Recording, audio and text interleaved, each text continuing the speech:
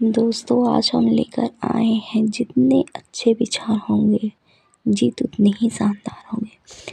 दुनिया में आप सब लोगों पर कंट्रोल करना सीख लेते हैं तो आप सबसे पावरफुल, लेकिन अगर आप खुद पर कंट्रोल करना सीख लेते हैं तो आपसे महान इस दुनिया में कोई नहीं है। एक बार की बात है, गौतम बुद्ध ने उनके शिष्य से पूछा कि बताइए कर्म क्या है। गौतम बुद्ध ने कहा कि आओ एक कहानी सुनाता हूँ। एक बार एक राजा हाथी पर बैठ कर के अपने राज्य का भ्रमण कर रहा था और घूमते घूमते एक दुकान के आगे आकर रुक गया। रुकने के बाद उसने अपने मंत्री से कहा कि मंत्री जी, मालूम नहीं क्यों, लेकिन एक बार एक विचार ऐसा आया कि इस दुकानदार को कल सुबह फांसी पर लटका दो। मंत्री इससे पहले कुछ पूछ पाता कि क्या वजह, ऐसा ऐसा क्यों लग रहा है। राजा साहब आगे बढ़ गए। मंत्री ने रहा नहीं कि अगले दिन मंत्री भेष बदलकर आम जनता के बीच में उस दुकान में पहुंचा और देखता है कि वह दुकानदार चंदन की लकड़ी बेचता था। मंत्री जी ने पूछा कि काम धंधा कैसा चल रहा है, तो उसने बताया कि बहुत बुरा हाल है।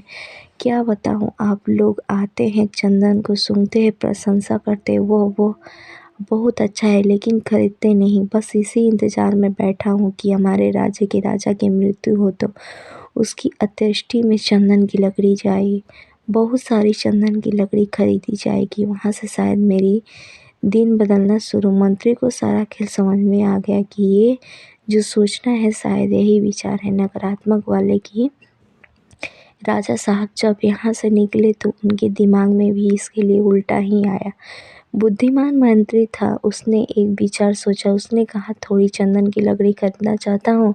दुकानदार भी खुश हुआ कि चलो कोई तो ग्राहक आए। अच्छे से उसने कागज़ में लपेट करके चंदन की लकड़ी मंत्री को दी। उसने मालूम नहीं था कि कौन था। मंत्री अगले दिन दरबार में चंदन की लकड़ी लेकर के पहुंचा और राजा साहब से कहा कि राजा साहब, वो जो दुकानदार था उसने आपके लिए तोहफा भेजा है। राजा बड़े खुश हुए और राजा ने सोचा कि अरे, मैं फालतू में उसको फांसी पर लटकाने की सोच रहा था, उसने तो तोहफा भेजा है।